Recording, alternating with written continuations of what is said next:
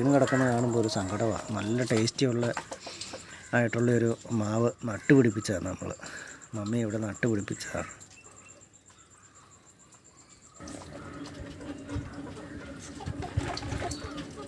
ഇതാണ് നമ്മുടെ കോവലിൽ കായിട്ട് നിൽക്കുന്നത്. പറിച്ചെടുക്കാറായി കഴിഞ്ഞിരിക്കുകയാണ്. കുറേ ആയിട്ടുണ്ട്. ഇത് കട്ട് ചെയ്ത് വിട്ടതാണ്. അതുകൊണ്ടാണ് ഇത്രയും നല്ല ഗ്രോത്തും പെട്ടെന്ന്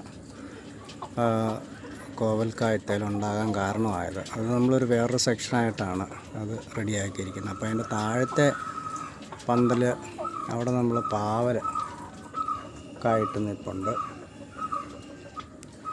അപ്പം മുകളിൽ നിന്നുള്ള ഈ ഒരു ജൈവവേലിയിൽ നമ്മുടെ ഈ പയർ നല്ല റിങ്ങായി വന്നിരിക്കുന്നുണ്ട്. അപ്പോൾ ഇതെല്ലാം കൂടി ഇങ്ങനെ വളർന്നു വന്നു കഴിയുമ്പോഴത്തേനും പെട്ടെന്ന് തന്നെ ഇനിയിപ്പോൾ ആയിക്കോളും. മുകളിൽ നല്ലൊരു കവറിങ് ആവും. അപ്പോൾ താഴത്ത് നല്ലൊരു തണൽ കിട്ടും. അപ്പം നമ്മുടെ കോഴീനെയൊക്കെ അഴിച്ചു വിടുമ്പോൾ അധികം വെയിൽ കൊള്ളണ്ട. അപ്പോൾ ആ ഒരു ചെറിയൊരു ഐഡിയയും കൂടെയാണ് നമ്മളിവിടെ കൊടുത്തിരിക്കുന്നത്. കോഴികളെല്ലാം ഇപ്പോൾ അതിനകത്ത് വിശ്രമിക്കുന്നുണ്ട്. അധികം വലിയ ഒച്ചയും ബഹളമൊന്നുമില്ല. നമ്മൾ നല്ല ഫുഡ് കൃത്യം കൊടുക്കുന്നുണ്ട്. അപ്പോൾ അവർക്കുള്ള ഫുഡ് ഞാനിവിടെ റെഡിയാക്കുന്നുണ്ട്. അപ്പം നമ്മുടെ പച്ചക്കറി ഇന്നലെ രാവിലെ ഇച്ചിരി സാമ്പാറാണ് സെറ്റ് ചെയ്യുന്നത്. അപ്പോൾ അതിന് വേണ്ടിയിട്ട് കുറേ പച്ചക്കറികൾ അരിഞ്ഞിട്ടുണ്ട്. അപ്പോൾ അതിൻ്റെ വേസ്റ്റിനകത്ത് നിന്ന് കുറച്ച് വെള്ളരിക്കായും പിന്നെ കുറച്ച് കാബേജും പിന്നെ ഗോതമ്പ് പൊടിച്ചതുണ്ട്, പിന്നെ കുറച്ച് പച്ചരിയുണ്ട്, പിന്നെ നമ്മുടെ ഗ്രോവർ ഫുഡുണ്ട്. അപ്പോൾ ഇങ്ങനെ രാവിലെ എന്തൊക്കെയാണ് നമ്മുടെ കിച്ചണിൽ നിന്ന് അവൈലബിൾ ആയിട്ട് കിട്ടുന്നത് അതിൻ്റെ കൂടെ നമ്മൾ മേടിച്ചിരിക്കുന്ന കുറച്ച് ഫുഡും കൂടെ ചേർത്താണ് കൊടുക്കുന്നത്. അപ്പോൾ അതുകൊണ്ട് നല്ല ഒരു മൂന്ന് മാസമായിട്ട് നമ്മളിവിടെ കൊണ്ടുവന്നിട്ട് നല്ല ഗ്രോത്ത് ഉണ്ടായിട്ടുണ്ട്. മുട്ടയിടാറായിട്ടുണ്ട്.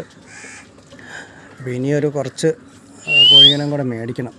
അപ്പോൾ അതിന് വേണ്ടിയിട്ട് അപ്പം ജസ്റ്റ് ഒന്ന് ട്രയൽ അടിച്ച് നോക്കിയാൽ നമ്മളെ കൊണ്ടത് പറ്റുമോ, നമ്മളെ കൊണ്ട് മാനേജ് ചെയ്ത് കൊണ്ടുപോകാൻ പറ്റുമോ എന്ന് അറിയാൻ വേണ്ടിയാണ് ഞാൻ ആദ്യത്തെ ഒരു 10 എണ്ണം മേടിച്ചത്. അപ്പോൾ ഇനിയിപ്പോൾ ഒരു 20 എണ്ണം നമുക്ക് ടോട്ടലി ഒരു 50 കോഴിനൊക്കെ വളർത്താനുള്ള കപ്പാസിറ്റിയിൽ ഇത് ഉണ്ടാക്കിയിരിക്കുന്നത് ഈ കൂട്. പിന്നെ ഇത്ര ഏരിയ ഉള്ളതുകൊണ്ട് നമുക്ക് പുറത്തേക്ക് അഴിച്ചു വിടാനും പറ്റും. അപ്പോൾ നന്നായിട്ട് ഫസ്റ്റ് ഒരു 10 എണ്ണത്തിനെ വളർത്തിക്കൊണ്ടിട്ട് അതിനെ നമ്മുടെ കൈപ്പിടിയിലാക്കി അതിനെ ഒരു ലീഡർഷിപ്പിലേക്ക് കൊണ്ടുവന്നതിന് ശേഷം ബാക്കീനും കൂടെ മേടിച്ച് വിടുകയാണെങ്കിൽ ആ ലീഡർഷിപ്പിലുള്ള നമ്മുടെ കോഴി അതിനെ കണ്ട് ബാക്കി പുത്തം കൊണ്ടുവരുന്നത് പഠിക്കും. അപ്പോൾ നമ്മുടെ നിയന്ത്രണത്തിൽ അതിങ്ങനെ നിൽക്കും. അപ്പോൾ ആ ഒരു ഐഡിയ രൂപപ്പെടുത്താൻ വേണ്ടിയിട്ടാണ് ഞാൻ ആദ്യം ഈ 10 എണ്ണത്തിനെ മേടിച്ചത്.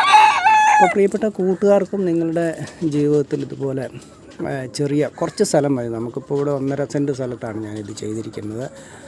അപ്പോൾ ഇത്രയും കുറച്ച് സ്ഥലം ഉണ്ടെങ്കിൽ നമുക്ക് വീട്ടിലിങ്ങനെ ചെയ്യാൻ സാധിക്കും. ടെറസിൻ്റെ പൊക്കത്തോ അല്ലെങ്കിൽ ഗ്രോ ബാഗുകളിലോ ഒക്കെ ഇങ്ങനെ ഈ പച്ചക്കറികൾ നട്ട് നമുക്ക് നമ്മുടെ വീടിൻ്റെ വരുമാനത്തെ പിടിച്ചു നിർത്താൻ പറ്റും.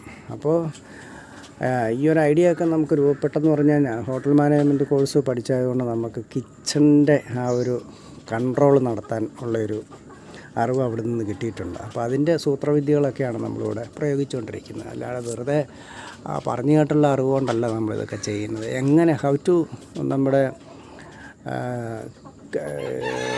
ദൈനംദിന ജീവിതത്തിലെ ഭക്ഷണക്രമത്തിനെ ദുരുപയോഗം ചെയ്യാതെ അതിനെ മാക്സിമം നമ്മുടെ വരുമാനത്തിലേക്ക് എത്തിച്ചുകൊണ്ട് എങ്ങനെ നമുക്ക് വരുമാനത്തെ പിടിച്ചു നിർത്താം, അത് നമ്മുടെ കുടുംബ ബഡ്ജറ്റിനെ എങ്ങനെ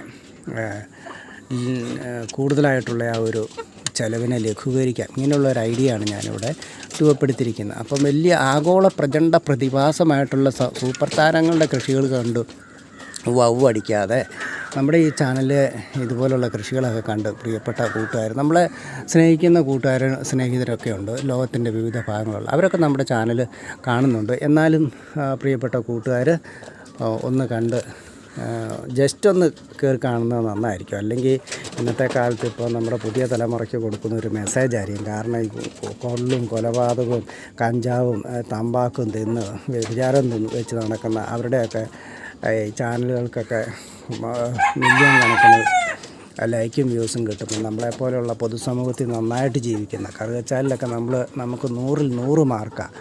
നമ്മളെ സ്നേഹിക്കുന്നവർക്ക് നമുക്ക് തരുന്ന മാർക്ക് 100-ൽ 100. അതായത് വിദ്യാഭ്യാസം, സാമൂഹിക ജീവിതം, കുടുംബജീവിതം, മറ്റ് ആൾക്കാരോടുള്ള ബന്ധങ്ങൾ, അതുപോലെ തന്നെ ബിസിനസ്സിൽ ഒക്കെ നമ്മൾ 100-ൽ 100 മാർക്കാണ്. അപ്പോൾ അങ്ങനെയുള്ള നമ്മളെപ്പോലുള്ള നല്ല ചെറുപ്പക്കാരുടെ ചാനലിലേക്ക് നിങ്ങൾ തിരിഞ്ഞു നോക്കാതെ കിടക്കുന്ന കാണുമ്പോൾ ഈ ചാനലിൽ കൂടി ഈ യൂട്യൂബിൽ കൂടി തെണ്ടിത്തിരിഞ്ഞ് നടക്കുന്ന അലവലാദികളായിട്ടുള്ള ഈ പൊതുസമൂഹത്തിലെ കച്ചറ ആളുകളുണ്ട്. അപ്പോൾ അവർ വിചാരിക്കും നമ്മളൊക്കെ തീരെ മോശക്കാരാണെന്ന്. അതുകൊണ്ട് പ്രിയപ്പെട്ട കൂട്ടുകാരെ, നമ്മുടെ ചാനൽ ജസ്റ്റ് ഒന്ന് കയറിപ്പോയാൽ മതി. നിങ്ങൾ കാണണമെന്നില്ല. നമ്മുടെ വ്യൂസൊക്കെ ഒന്ന് കൂടി കിടക്കുന്നത് കാണുമ്പോൾ അവർ വിചാരിക്കും മോശമല്ല ചാനലെന്ന്. അല്ല, അവരെന്ത് വിചാരിക്കും എന്നറിയാമോ? നമ്മൾ വളരെ മോശപ്പെട്ട ചാനലാണെന്ന്. അത് ഒരു തെറ്റായ മെസ്സേജല്ലേ കൂട്ടുകാർ നൽകുന്നത്. അപ്പോൾ അത് അങ്ങനെയുള്ളൊരു തെറ്റായ മെസ്സേജ് നമ്മൾ നമ്മുടെ യൂട്യൂബിന് നൽകാതിരിക്കുക.